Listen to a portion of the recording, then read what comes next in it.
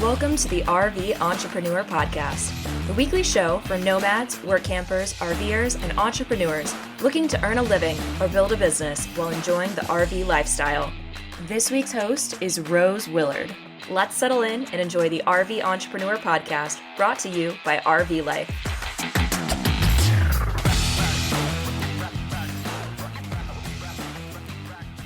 This episode is sponsored by Wholesale Warranties. Protecting your RV investment means being ready for anything. An extended RV warranty from Wholesale Warranties is the best way to make sure that if an RV failure happens, you can afford to get back to enjoying the RV life as soon as possible. RV warranties are available for motorhomes, fifth wheels, and travel trailers, new and used, across the U.S. Visit wholesalewarranties.com for a free personalized RV warranty quote today and hit the road with peace of mind tomorrow. This episode is sponsored by RV Flex Repair. Don't let a damaged RV roof keep you from hitting the open road. RV Flex Repair by Ziolo is the perfect solution for RV owners who want to keep their vehicles in top condition. Our easy-to-use complete RV roofing system can be applied in just one coat and is compatible with other products for added flexibility. Plus, with a lifetime warranty and free shipping, you can have peace of mind knowing your RV roof will last as long as your own vehicle. Visit rvflexrepair.com today and join the thousands of other satisfied RV owners who have already restored their roofs with RV Flex Repair. Welcome, fellow entrepreneurs. Rose Willard here of the RV Entrepreneur Podcast. Did you know that you can start your own successful RV rental business without owning a single RV? Let me say that again. Without owning any RVs, you can rent out other people's RVs and make money? Yep, it's 100% doable, and you can do it from your RV.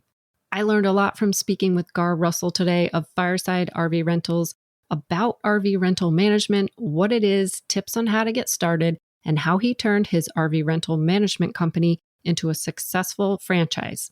And I think the franchise opportunity that they offer would be a great fit for some of our listeners. This is not Garr's only successful business. He's started, scaled, and sold several companies in the past, and through his many years of experience, he's honed his skills in building systems, processes, sales, marketing, leadership, and forging the way. In 2016, he entered the RV space and quickly rose to lead the industry in starting the nation's first RV rental management company, Fireside RV Rental, with locations all around the U.S. His company connects camper owners with families and vacationers, but they also offer a franchise opportunity for entrepreneurs like yourself to get into the RV rental world. Fireside RV Rental will teach you how to manage RV rentals through their proven franchise model, so you don't need to be an RV expert and you don't have to own an RV either, although that probably helps. You just need some startup funding and the drive for business. If you're curious about this, or if this sounds like this is right up your alley, then let's jump into the interview with Garr. Hey Garr, welcome, and thanks for joining the RV Entrepreneur Podcast today. Yeah, super excited to be here. So there are many peer-to-peer RV rental platforms out there, but your company offers a slightly different angle to get into the RV rental world. But before we get into those details, tell us a little about who you are, what you're doing, and why talking to our RV entrepreneur community today is so important. Yeah, so what we do is we're an RV rental management company. So we partner with the RV owners that like the idea of, renting out their RV and making that income, but they don't want to deal with the day-to-day, of having an RV rental business. So that's kind of what we do from a 10,000 foot overview. Okay. Yeah. I mean, it's a great concept, and there's just so many RVs sitting in storage half the year or maybe longer. And it would be awesome for both parties to have it rented but not in use. And kind of wishing we did that with our travel trailer recently instead of selling it, but it was kind of in need of a bit of work and we just didn't have the funds for it at the time. So no, I think what you're doing is great. So how did you get started into the RV rental industry? Yeah, kind of like a lot of others, I fell into it. I just had a post show up on my Facebook feed today, which was kind of cool. And it was me saying to my wife, "Hey, honey, I just bought us our 10-year wedding anniversary gift. I hope you like it." And that was the RV. And so I bought the RV and we went to take it out camping. And she was pregnant, just about due with number 4. She was not digging it. She was kind of hot and miserable and said she was headed home. So I thought, oh, all right, well, I've got this RV and my wife doesn't want to camp. And my entrepreneurial mind, kicked right into gear thinking, okay, well, now I just got this thing sitting around. What am I going to do? So literally within a couple hours, I had it up on Craigslist and it was one thing led to the next. And I was in the RV rental business. What's your background? What else do you do? Is this all you do, or how did you learn all this? Yeah, I'm a serial entrepreneur. So my first business venture, I can trace it all the way back to 5th grade. I can remember sitting at my grandma's house. My dad's laying on the couch, and I walk up to him with a written business proposal of, "Hey, Dad, I want to start a mowing business, and I need you to get me some money because I'm going to have these kids pushing mowers around the neighborhood while I sell, the services." And so, yeah, I've been an entrepreneur for a long, long time. Fast forward to today. Yeah, Fireside RV Rental, that is my main venture. We've got almost 18 franchises around the country now. And I also own some short-term rental properties. So I do some Airbnb, and then I own some long-term rental properties. And then just the last couple of years, I sold several businesses. I own a couple RV repair shops. I own a credit counseling company, and I've sold those 2 companies and a bunch of real estate the last couple of years. And I've just been getting hyper focused on the RV rental management and then what I call the real estate and then I like it. the brick and mortar rentals. Mm-hmm. Yeah. Can you explain a little bit more about what RV rental management entails?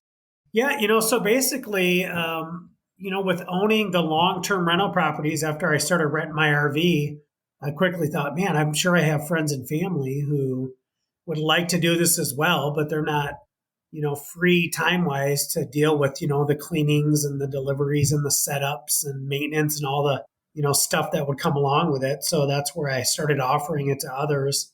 And that's what we do today, basically, is yes, somebody gives us possession of the RV. We group all the RVs together in a central location, whether, some of our franchises operate right off their property.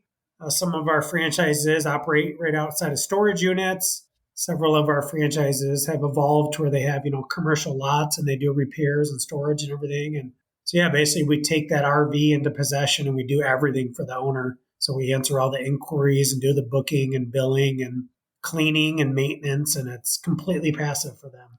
Wow. So you talked about this franchise, and that's your angle, your other different angle, getting into this rental world. Go through the process, if you will, having your business franchised. What was that process look like? Yeah, that was quite a process.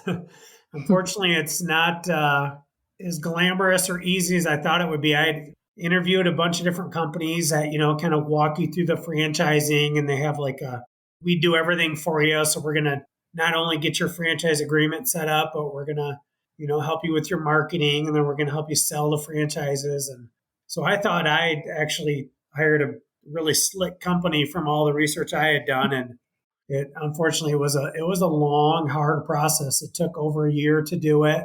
It cost me, $60,000 to $80,000 after finding errors I had to get fixed and addressed and all that kind of stuff. And you got to submit things through the Federal Trade Commission, and then you've got to register in certain states. And like California, for instance, now that we're an official franchise, we started the process of getting registered in California to sell the opportunity in California. That's almost a 2-year process just to get set up to sell in California. So it is a long, arduous process.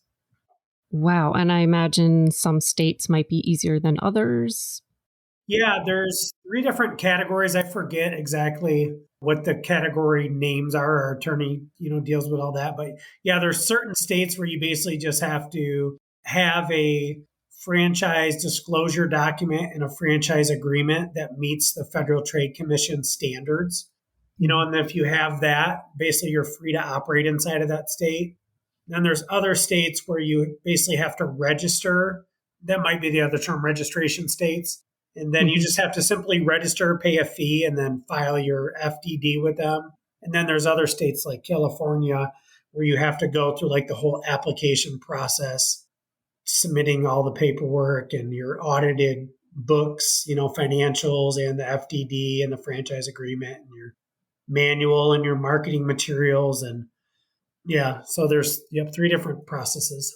That's a lot.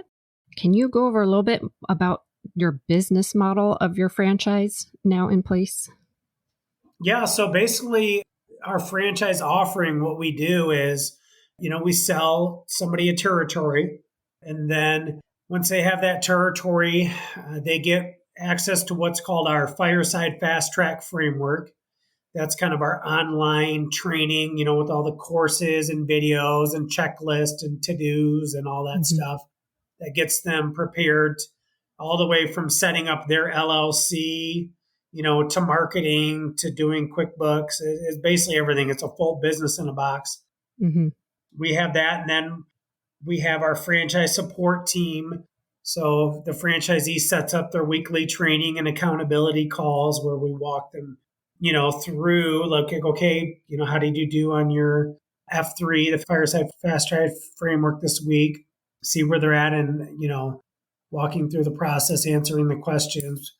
And it's very in-depth. So we train on everything from the business to understanding RVs, because we have franchisees that they're not from the RV world. So they don't even necessarily understand how RVs operate. So we have classes and trainings on that, on understanding RVs and how they work and how they're laid out, and 110 volt versus 12 volt. And you probably know some of that stuff from being an RV. Yes. Oh, yes. All the nuances of the RV world. Right. And then it gets very granular all the way down to, we set up all their social media for them. We handle all their social media and marketing for them. So we're posting blog posts and content and videos, and we set up a website for them. And yeah, so every facet of the business, sales, marketing, operations, bookkeeping, it's all included. That's awesome. And that was kind of my next question was like, well, I'm an entrepreneur. I can do this. I can rent out other people's RVs. So why should I buy a franchise? Why can't I just go and start my own business? And a lot of people can, but yeah, I think what you have, obviously, being a franchise, you are a business in a box and you're just handing them everything and it's something to follow. Sounds like a lot less headaches. Yeah, exactly. Yeah. And really it's, there's several reasons. We have franchisees that they had already been doing this on their own. So they had 5, 10, 15 RVs, and then they found Fireside. And so everybody's kind of got their different, where they see the value. Some of those people, it's like, oh my gosh, so now I have a community of people that are doing exactly what I'm doing. And we're all under the same brand and marketing and mission and message. So it's like joining a tribe, is some people's motivation. Other people, we have a franchise in Texas. He is the VP at one of the largest dealerships in Texas. And so this guy knows RVs inside and out. He owns a storage lot. Right. He had everything in place to easily do this on his own. And that's what he was getting ready to do. He was searching the softwares and the systems and insurance. And he found us on a Facebook post. And to him, he's like, oh, so I literally can cut you a check and fast forward 2 years. So he saw the value in cutting a check for speed, save himself 2 years and have all the onboarding and everything there. And so, yeah, it's definitely, there's different benefits to doing it for different people. Do you offer, I think I saw on your site that you offer programs or courses for someone who wants to learn more just about the RV rentaling, managing their own. Is that correct? Yeah, we do have what's called the Fire Starter course. So if somebody wants to learn what they need to do to rent out their own RV, as far as insurance and liability and bookkeeping and marketing and checklist and contracts and forms, we have all that in a course that we offer to people. Yeah. So if it's just somebody that's looking to get into this and just rent their RV, we've noticed that with us kind of being the industry leaders, there's a lot of people that are jumping in and getting overwhelmed and jumping right back out. So we wanted to be able to kind of help give back by creating a course that would allow people to get in and get equipped and feel confident. And it helps the industry as a whole as well, because we're in this industry full time. This is what we do. So we want the industry to have a good reputation. We want renters to have good experiences. Right. So we thought, well, let's, create this course that will help equip, everybody. Yeah, you want everyone in this industry to do well. Everyone lifts up and rises up. That's great. Yeah. So walk me through the entrepreneur that comes in and would like to be a franchise partner with you. How does that process go about? Yeah. So somebody that finds us and is interested in a franchise, first thing we do is we send them to a webinar. We do a weekly webinar. Typically, it's every Thursday at 7 Eastern Standard. We do a webinar, and that we don't get into a lot of the how we do it. It's more of the who, like who we are, our mission, our values, our ethics, why we're doing what we're doing. It's about helping entrepreneurs or people who maybe think they're an entrepreneur figure out if they are an entrepreneur, and if they are, hey, this is the vehicle of what we offer. So to make sure that all those things line up, and then if those line up and people see the mission and the vision and it all makes sense, then what we do is we send them to an application where we ask them a bunch of goofy questions that some of them make sense, why we're asking them. Some of them, like, hey, what's your favorite charity and why? Might not make sense to the person filling out the application, but we want to make sure we're partnered with the right people that, line up with our values and ethics and stuff. So they fill out that application, then that goes to my team to review it. And then if they kind of meet what my team knows is my criteria for a Fireside franchisee, then we schedule a meeting for them to talk with me, where I'll ask them a handful more questions. And then, if it seems like we're a good fit for each other, then I'll answer all their questions, as far as the how of it and the nuts and bolts. And then we walk through, there's a process, with getting signed up as a franchise. So then we have them sign the franchise disclosure document. And that starts the 2-week time clock where they get access to all of our different franchisees and our books and this and that. So they can kind of really tear us apart and call the franchises and hear their firsthand experiences. And, if they have an attorney, have their attorney review the franchise agreement and ask questions. And after that 2-week time clock's expired, if they want to move forward, then we move forward with the onboarding. That's great. How much is that startup funding that the franchisee needs to put forward? So we've got different levels of payments, but at the core of it, our franchise offer is $50,000. But if somebody pays in a one-time fee, we offer a discount for that. If somebody does not have that one-time fee, we do connect them with different options for getting the money. A lot of people don't realize all the different options out there for getting money. Just like one of them is retirement accounts. You can literally take your retirement, roll it into what's called a self-directed Roth IRA. You can launch a business out of your retirement, which is something that a lot of people don't know about. I know about it from the real estate industry and other ventures. So we connect people with that option, or we do offer in-house financing as well.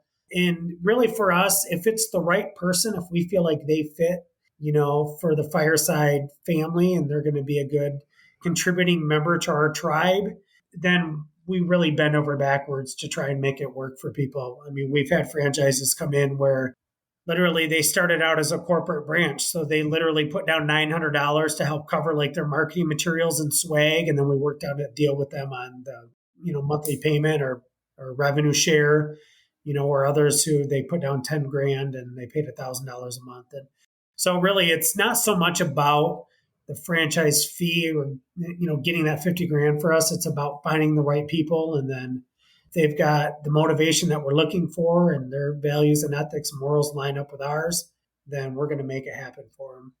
Yeah.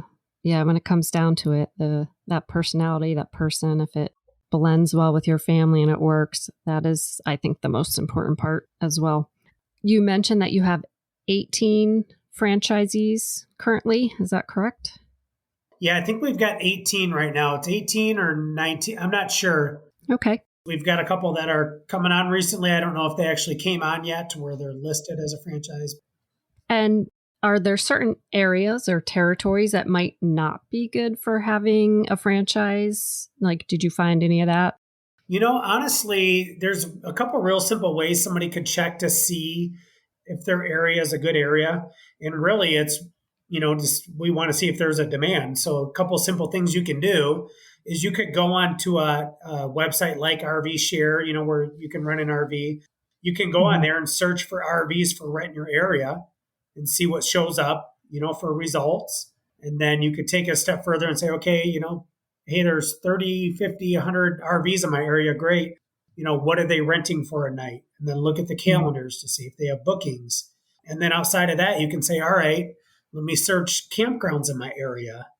How many campgrounds are within a 20-mile radius of me? Or state parks, federal parks, RV storage facilities. So if you start to see, the trend of, okay, yeah, there's RVs on RV Share for rent. There's campgrounds around me. There's RV storage lots. Well, then yep, there's a supply and there's a demand. And where there's a supply and a demand, there's the opportunity. So it's pretty easy to figure out. We haven't come across an area yet where there isn't, a campground within so many miles and state parks and federal parks. And, that's something that we do in America. That's one of our outdoor pastimes is camping. Right. Especially now, so much so. So you mentioned storage. And earlier you mentioned that you acquire these RVs and put them in storage. So talk to me about the RV owner and when they agree to have you manage their RV. What does that process look like? What are the fees? Can they keep the RV in their driveway? How does it all work? Yeah. So what we found to be the best setup is for the franchisee to have the RVs all in a central location. Just for logistics, you get to 10, 15, 25 RVs. You don't want to be driving all around town and, meet the renters. And on that note as well, it's really interesting. What we found over the years is you literally can get picky to only take RVs that you have full-time possession of. So if you've got an RV owner and they're like, oh yeah, we use it for, 2 weeks in June and a week in July and, towards the end of August and then around fall time, that's not going to be an ideal candidate for you because your business is renting RVs and it sounds like the RV owner is using the RV. So they're not going to be a good candidate. And there's so many RVs out there. It's so ridiculous. We've got some statistics from a couple of years ago, and there was like over 10 million RV owners across the country. And then you look on a platform like RV Share, that's the leading peer-to-peer platform.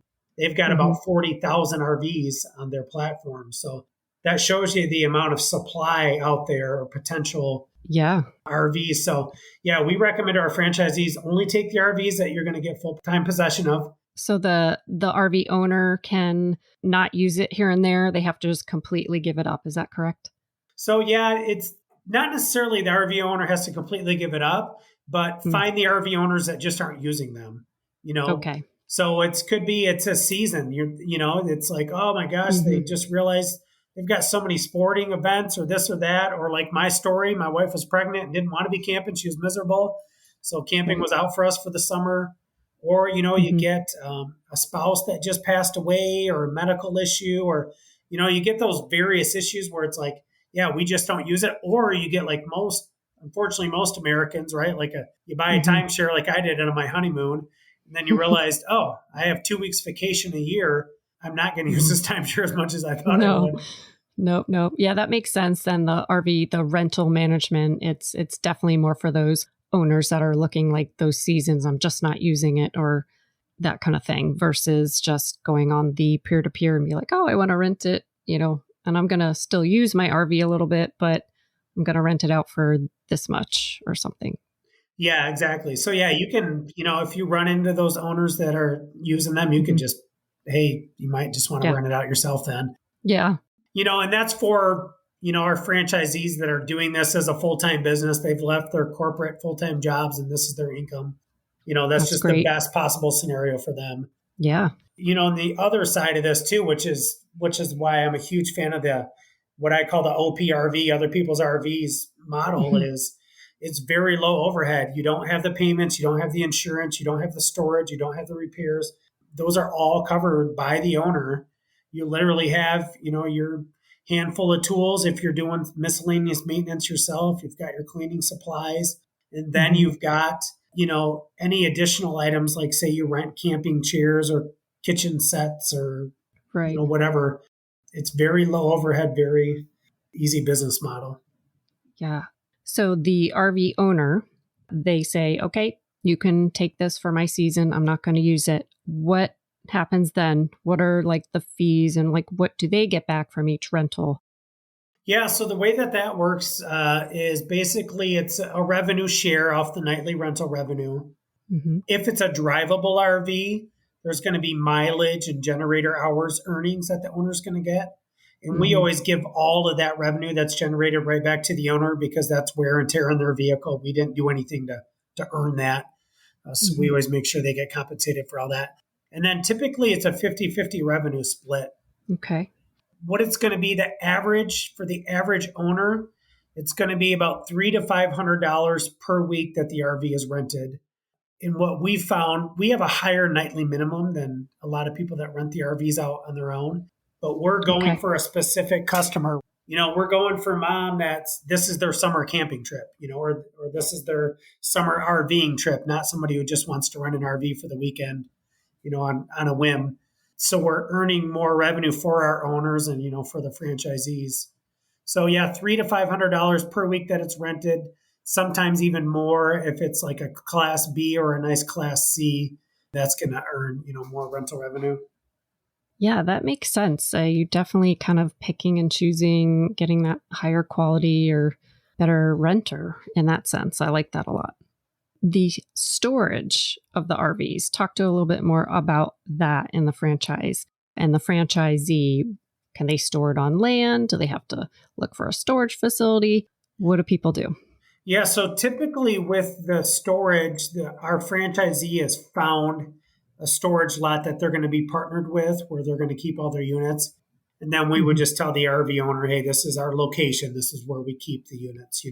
Or, several of our franchises, they've actually moved, bought land where they live on the land and they store the RV so they get to collect the storage revenue. And it's become another way Mm, for them to monetize the business. And then they're right there on site, with the RVs.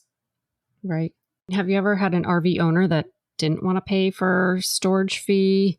Like they just were adamant about keeping it on their property, or no, just because the way this is, it just makes sense to give it to someone.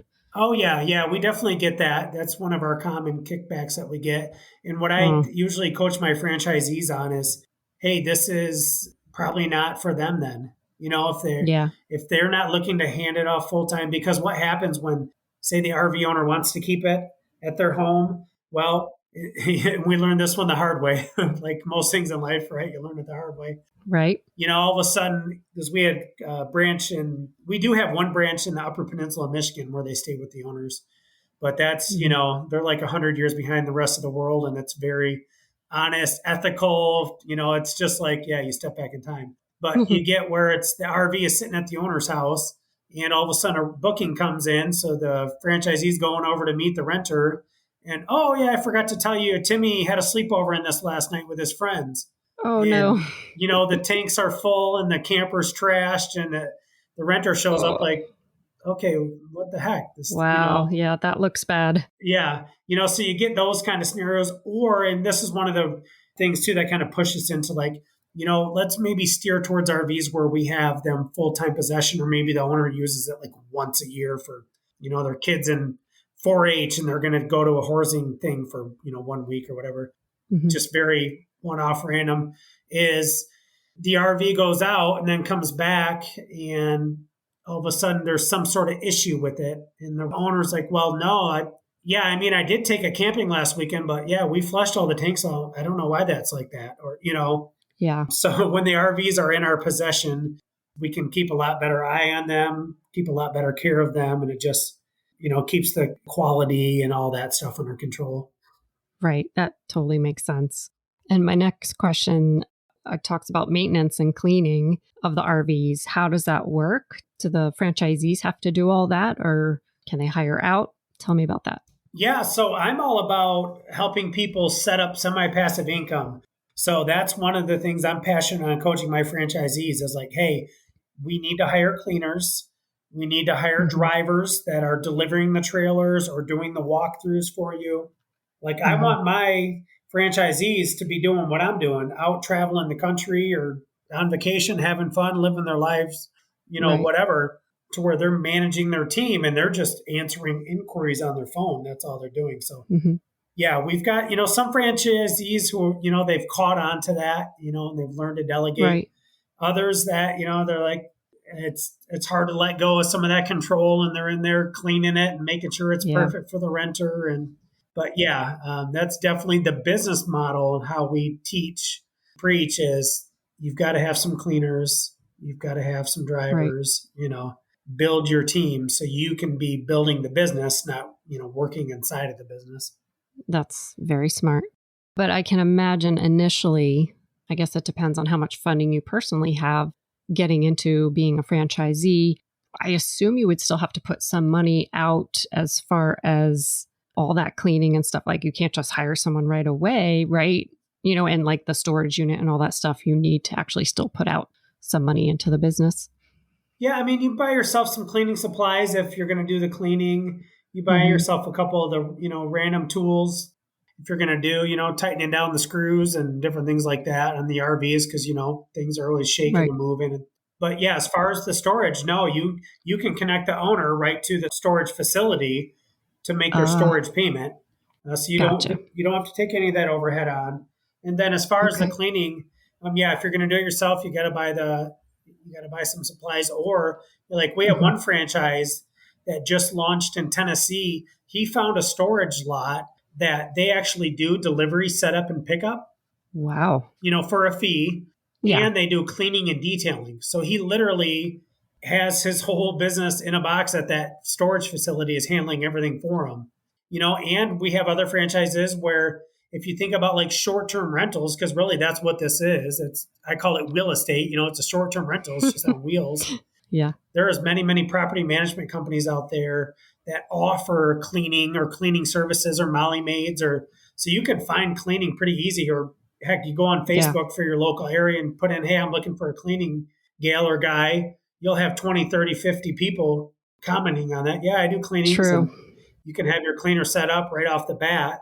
You give them, hey, this is my specific rate that I pay for every cleaning. For every travel trailer, I pay whatever, $75. For every drivable RV, I pay $125, and you're going to wash it and clean it. And then that fee gets passed right over to the renter. We call it a prep fee. So the renter is going to pay for the cleaning so that you're either not making money on that or it's not costing you money, or it's a little bit of a money-making activity if you are able to negotiate it properly.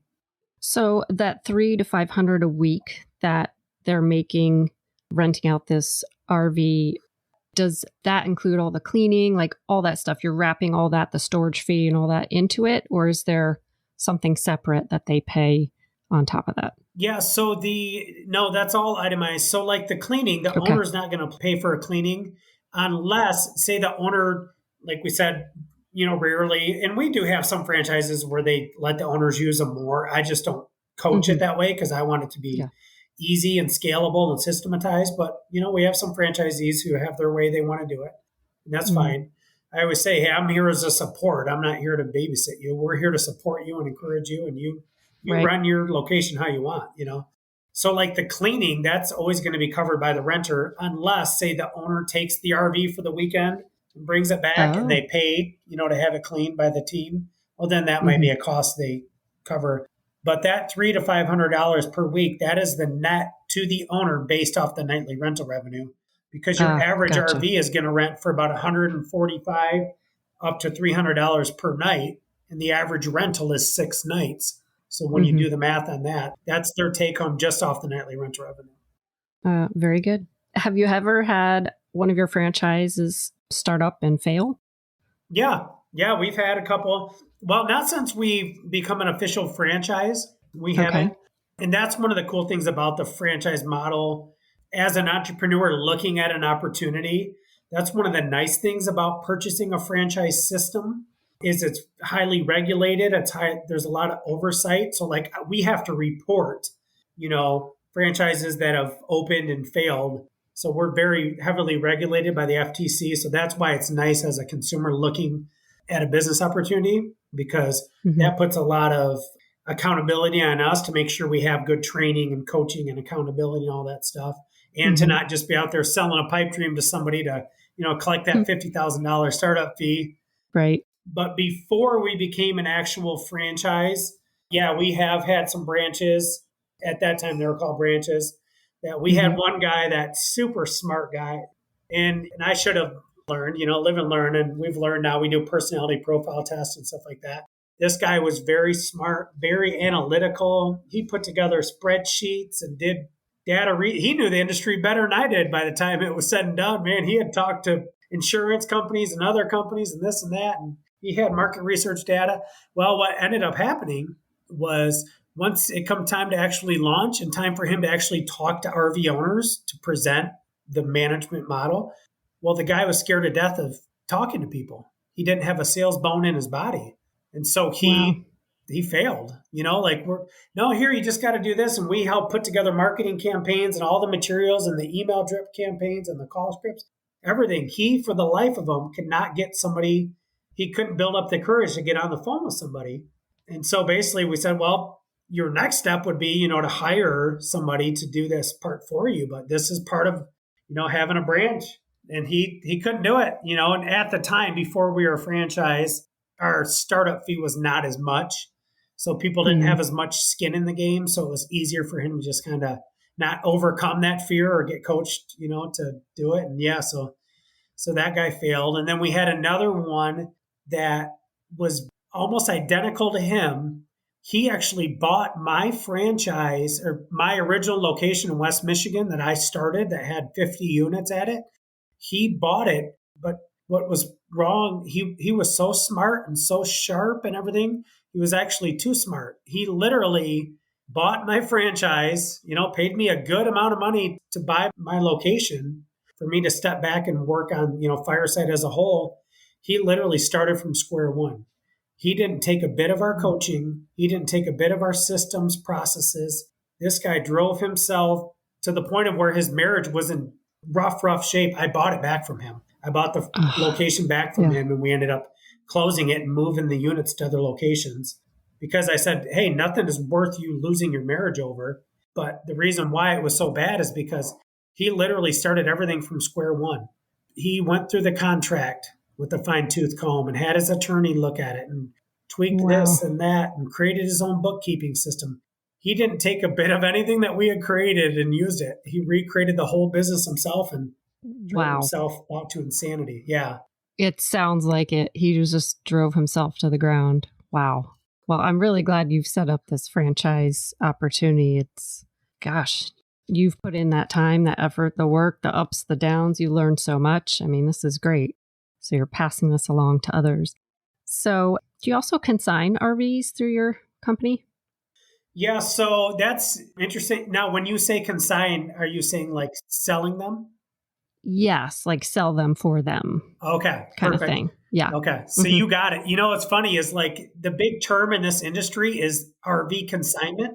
Like people mistake management for consignment. So that's why I wanted your clarification. So yeah, that's another.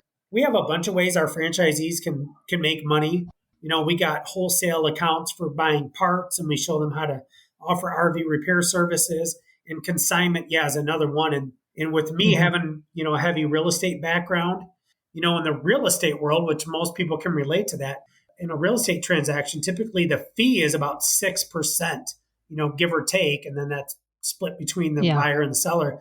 Well, in the RV consignment sales world, it's 10 to 15%. It's ridiculous. Yeah. Yeah. So that is something that we do. And it's neat because you can really help people out a lot. Like I said, people with like sick or divorce or jobless, this or that. We'll get people who will reach out to us like, hey, I'm about to start missing my payments on this, or I don't want it. We're going to file bankruptcy. And so we have different options we can give them. One of them is consignment. We'll sell it for them. A lot of times, which I did this with an RV owner just last year, they had a big, beautiful Class A bunkhouse. Well, I offered to take over their payments for a year till they got it back on their feet. So it worked out great for them. It worked out great for me. I actually ended up using it more than renting it. We ended up taking it from Florida all the way up to the UP of Michigan and traveling around with it. And I rented it out a couple times, but I ended up using it. And then literally, I don't know, maybe 4 months ago, the family was from Ohio. 4 months ago, they flew down. They were, back on their feet financially and everything. They flew down, picked up the RV, brought it home, and they, had the RV again. Wow. What a great opportunity to help, it was a win-win for both of you guys. Yeah, it was really cool. It worked out great for both of us. So our franchisees have had several different, setups like that. And then we even have investors that purchase units. We can get units through different connections at really good pricing. And we have investors that buy them for the income, and we have investors that buy them just for the offset of, being able to offset their tax liabilities.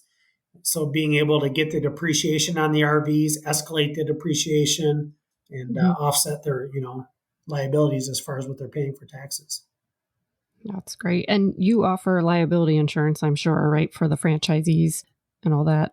Yeah. So, through every rental, there's an insurance policy that's activated that has the comprehensive and liability. Then we also have liability packages as well that covers our franchisees. So especially for certain events, like we do Talladega and some NASCAR, and a couple of our franchisees sponsor a NASCAR car together. And then for that big event, we cover all the liability. So we add NASCAR as a lost payee, or federal campgrounds, that we can go in and operate that other people can't get into nowadays because the federal campgrounds are really cranking down on that. Oh, yeah. Have you had any claims? And if you have, how are they handled? Oh, yeah. Yeah. Claims are a definite part of the business, especially when you do, thousands of rentals a year like we do. Mm-hmm. Yeah. We've had total losses. We've had travel trailers that, were rolled over 3-4 times and total losses. Oh, and man. fires, and you name it. We've had it. Wow. So we have a gal on our staff that's basically her full job is just helping our franchisees with insurance claims. Mm-hmm. And we've taught our franchisees to, it does get a little frustrating on the insurance claim side of things with, the owners can sometimes they, really freak out about it if they have like a personal attachment to it. Sometimes the RV owners they get it. It happens. And then if you have bookings, that are piled up on the backside of that, you got to try and switch them into other RVs. But outside of that, for the franchisees, typically insurance claims can be a money-making activity because, they'll work with the insurance company, and what they'll do is they'll have an LLC or a DBA of their LLC. Let's say we have a LLC in Mesa, Arizona. Well, then they have a DBA of their LLC, Mesa RV Repair.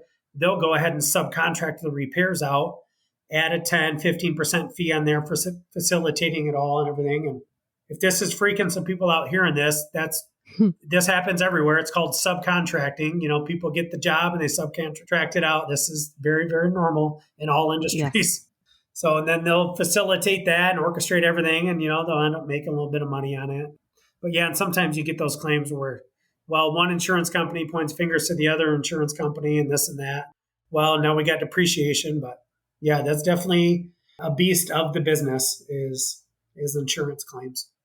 Yeah, I can imagine. Oh, that would not be fun, it sounds like. Yeah, insurance claims are definitely the not glamorous side of the business for sure. Yeah. Yeah. Going back to like the RVs and the rentals and stuff, are there certain requirements or parameters that you look for an RV to be eligible? Yeah, I kind of leave that up to the franchisees. I always recommend 2015 or newer and certain styles and layouts, and we have trainings and coachings and all that. But, we've got some franchisees who are like, oh, I don't know, I just really love this Class A, and it's neat, it's dependable, it's older, and, they want to rent it out. So, I let them decide. As long as it falls within the criteria of the insurance providers, Mm. It's really up to the franchisee if they want to take that unit on. Hmm. And then if it starts to become a problem unit, you get like some of these RVs that like have the vacuum flush systems in them, or those Hmm. Thor Class A's that have like the super slides. Like you'll find like certain RVs that like, yeah, we're definitely staying away from those. Um, Yeah, yeah. You know, yeah, yeah, you've been in it. Yeah. How long did you guys travel around the country? almost 5 years. Yeah. So we bought, the travel trailer for my wife, a 10-year wedding anniversary. She was pregnant.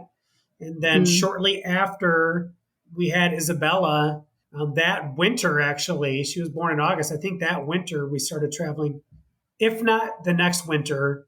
And she'll be 7 years old in August. So, yeah, she's Hmm. lived most of her life in an RV, which we own several RVs. We had like one parked up in Michigan on a lot, one down in Florida on some property. And then we Okay. traveled in our Class C, and then we traveled in that Class A I was mentioning earlier. And so, yeah, we've been blessed to travel a lot of places. That is awesome. Yeah, we went around the country for 2 years and absolutely loved the road schooling and missed that part for sure. I bet you guys love the road schooling as well. Did you hit up all obviously national parks? Anything else in particular you were going after out there? Yeah, we definitely tried to hit, the big parks. And it's cool when you're doing this full time to where you can, like, we went to the Creation Museum and the Noah's Ark exhibit up north, and we were Hmm. able to do that like during low time, right? So it's like you go to these different places and parks. It's like you Yeah, got them all to yourself. love that. Yep. Yep. So that was a blast. Yeah. When people ask, like, oh, what's the place that stuck out? The first one that always sticks out to me is always La Jolla Beach in Mm. California, where there's just sea lions and just, it's all natural. There's no like guardrails or this or that. Like you could literally fall right in the, in there if you weren't careful. Wow.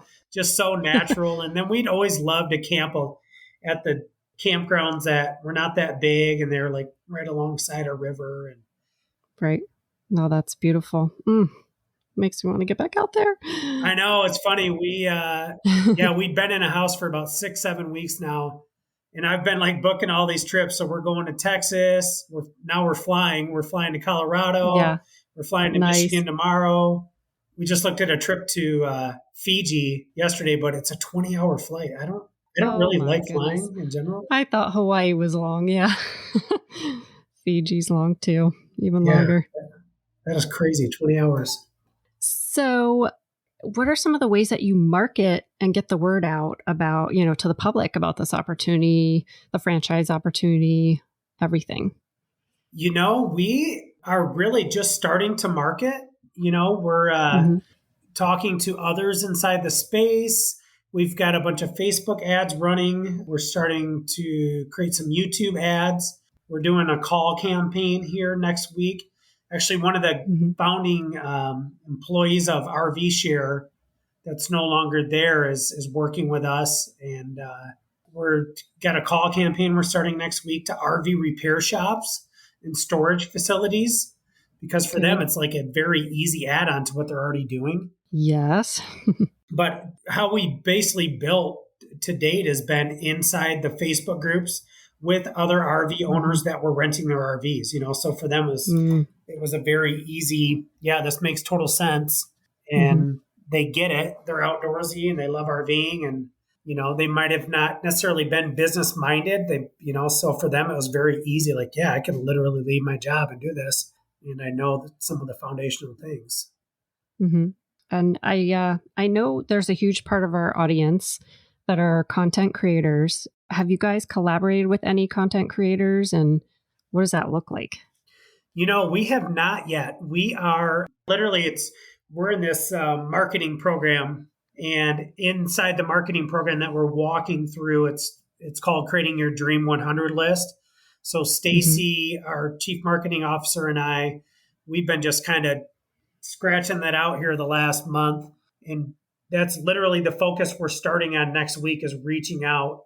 So actually, next week, Stacy, I've got several emails in my inbox. She's like, "Hey, fill out this form, fill out this form, fill out this link." So I think she's cranking on it today. Oh, exciting. So yeah, we're Hmm. just starting to do that. So yeah, it is exciting, and it's cool to do it like in this manner, right? Instead of throwing a bunch of money to Mark Zuckerberg on Facebook and, to try and generate leads. Oh, goodness.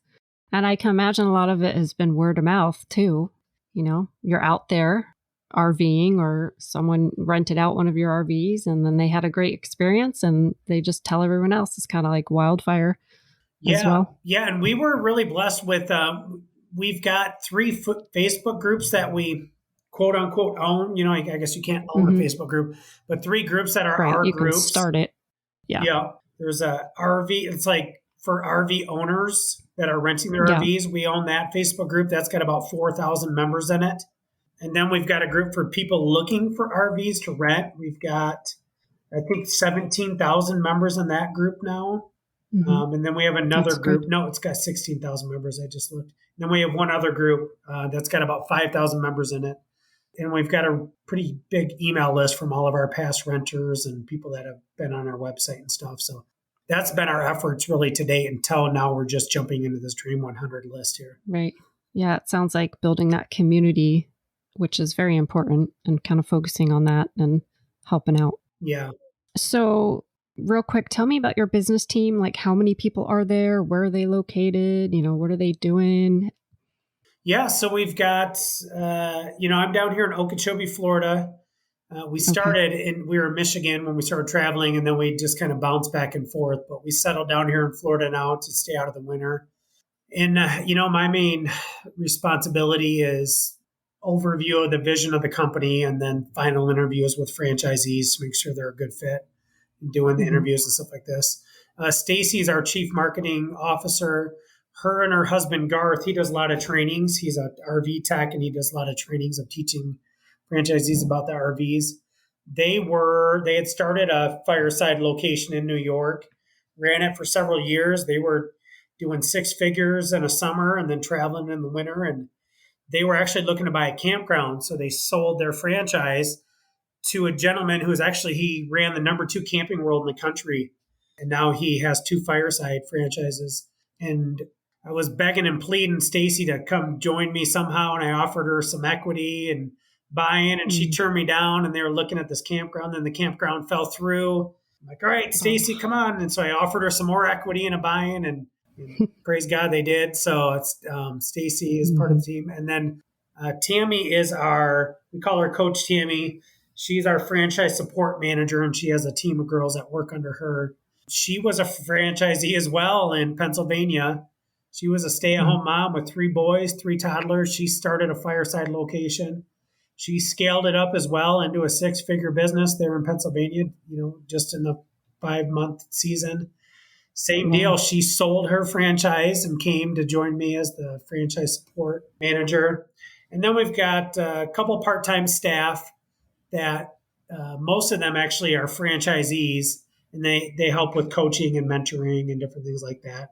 Christina and Matt in Mesa, Arizona, we call her the add-on queen. She has rentals that go out where she'll literally make more on the add-ons than she will on the rental revenue, because she'll sell like extra clean packages and delivery package and, airport shuttle and stock the fridge and lovers package. And, Smart businesswoman. Yeah. Oh yeah. She's super sharp go-getter. So her franchise is completely automated without her now. And so now she is going to start selling territories in Arizona for us. Stacy's actually getting ready to hit the road for 4 months. She's going to travel around. We just partnered with KOA and care camps. She's going to travel around, visit a bunch of KOAs, care camps, and do promotions. That was my other question. Can you do all this from the road eventually? Or, that would be great. Yeah, most definitely. Yeah. Yeah. A lot of our franchisees are now. If you follow, the saying is do what Garr says. If you do what I say, if you follow the system, and that's one of the things on our application is, are you teachable and coachable? Like, do you think you know everything about everything? If you aren't, teachable and coachable, then you're not a good candidate, because we've been there and done it. We're going to teach you what works and how to do it the right way, so you're not driving yourself insane. But yeah, you can definitely get to a point of where you're just running it from your phone, because all you're doing is managing your team and answering inquiries from the renters, and finalizing bookings. Wow, that's great. So with a lot of talk about AI lately, how do you think AI will play into your business model? Do you think it'll help with like marketing or anything else? Oh yeah, yeah. We've been using AI for quite a while now. Yeah, AI Mhm. is a great tool. So we use AI for a lot of different things. But yeah, AI is here to stay, and learn it and know how to maximize it. And my 14-year-old, her homeschool, she's going to be a missionary. We've already got a nonprofit set up for her and everything. She knows exactly Mhm. what she's going to do. Wow. Her homeschool is based all around her right now being an entrepreneur, so she That's can great. build passive income for herself to fund Mhm. her mission work. And she uses AI. Actually, the other day, because she's 14 and she's liking boys and boys are liking her. And we're talking about Mhm. dating and stuff. So I sent her an email with all these questions about dating. And she sent me this response. And I'm like, all right, Emma, how much of this did you do with AI? Oh man, that's right. Yeah, like how many of these answers were actually yours? How much was AI? But yeah, AI is a Oh, phenomenal tool. I mean, well, if you learn how to use it properly, you can throw together a blog post to a PowerPoint presentation to a video script to all kinds of crazy things. yeah, I can imagine it can help like on your website with the FAQs and all kinds of stuff. Oh, yeah. Yeah, it's a very That's powerful awesome. tool. So I understand your business model and the benefit for everyone, but what are some of your goals for the rest of this year and growth for the future? So, goals for Fireside? Yes. Yeah. So, well, we've got big goals. We've got, like I said, about 20 locations. We're looking to be at about 50 locations by the end of the year. Hmm. Looking to launch in specific areas: Arizona, Colorado, Florida, New York. And then really our goal or our mission is to be, the nation's, which we already are technically, but it's this Hmm. industry is so young, it's not a Yeah. huge statement to say that we are, but to be like, the nationwide name, for this space. There's like, if you look at the rental industry for like, Hmm. apartments and houses and stuff like that, like there's nationwide companies, that is Hmm. our vision, is to do that. That sounds really good. You've got it going on, got the growth. What is your advice for someone who wanting to start running out other people's RVs just in general? Yeah. So advice in general would be, first and foremost, is get all your foundational things in place. As far as get your LLC, get your self liability insurance, get a good contract, a rental contract, and a management contract. Like, get the foundational things in place. And then after that, know exactly who you want to serve, as far as an RV owner. So, like we said, we're Hmm. very specific. We let our franchisees, figure out what's specific to them, but then we try to hold them to that, because you can't serve everybody. You're going to end up No. driving yourself insane if you've got somebody who gives their RV to you and they need $1,000 a month generated off of it, because, otherwise they're not going to be able to pay their bills, and, they're Mm. not going to be able to put food on the table. Like that's not the offer that we're giving to people. We are a solution and we do meet a specific need, but we're not your source of income, so figure out exactly who you want to serve and then stick to that, because you can get to where like we had a franchise launch last year, and I realized a couple of months in that he was paying for all the owner's storage. And that's so we got on a Ooh. call, and he's like, yeah, I just want to launch this and get it going and this and that. I said, yeah, but it's not the right way. You're setting the wrong expectation. You're adding overhead. You're not following the business model. So you got to Right. figure out the plan. And then what you got to do is, once you figure out your plan, is you got to take massive action. Like, make massive action. So set a goal of, hey, I'm going to reach out to 20 RV owners a day. You got to take Hmm. massive action and then figure out, okay, what's working, what's not working, and then make the changes. And that's with any business. Hmm. You got to figure out your plan, take massive action, and then course correct. Right.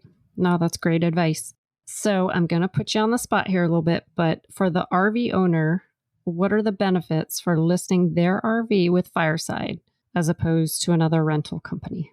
Yeah, honestly, the biggest benefit of listing it with someone like us instead of the other companies that are out there, and honestly, they're popping up a lot. There's a lot of companies popping Hmm. up. Is we've been there and we've done that. So we know the systems and the processes, and we've got the proper procedures. We've picked up RVs from other companies and brought them to Fireside that, the generator is empty. There's no oil in it. The RV is in total disrepair. Hasn't been maintenance done. There's water damage that wasn't caught.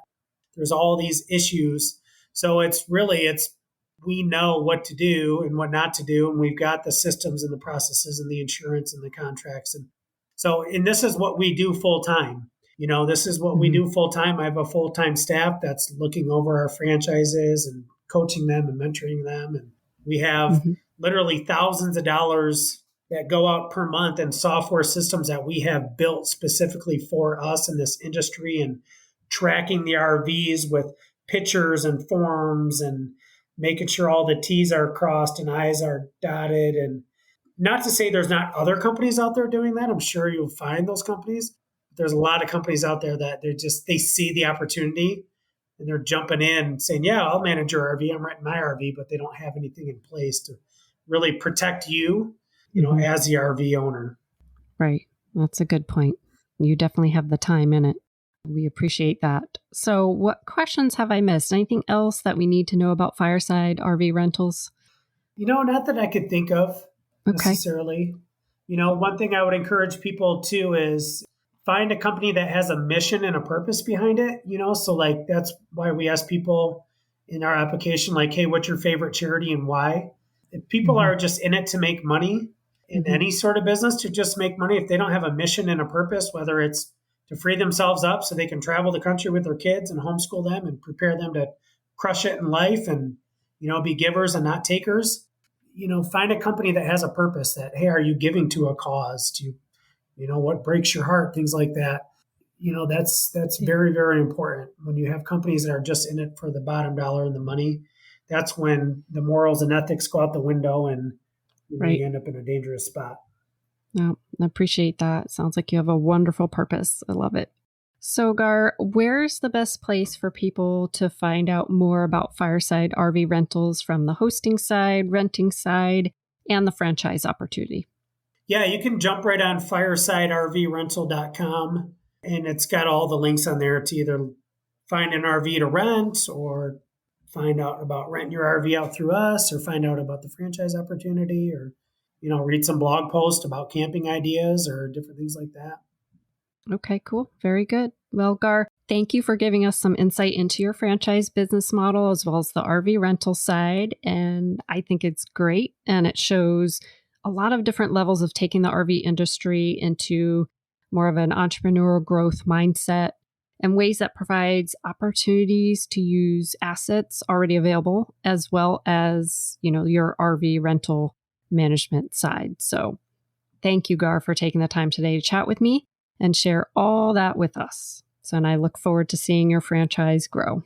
Awesome. Yeah. Thank you for your time. I appreciate it. I hope you guys enjoyed and learned something from this episode with Garr. RV rentals and managing RV rentals is really hot right now, and it's growing fast with so many RVs out there just sitting unused. So it's really a win-win for the RV owners, vacationers, and entrepreneurs. And becoming a franchise partner with Garr seems like a great opportunity with such low overhead renting out other people's RVs. And it seems really fun and profitable. So guys, check it out, and I'll put all the links that Garr mentioned in these show notes so you can contact him. As always, guys, thanks for listening and keep living the dream.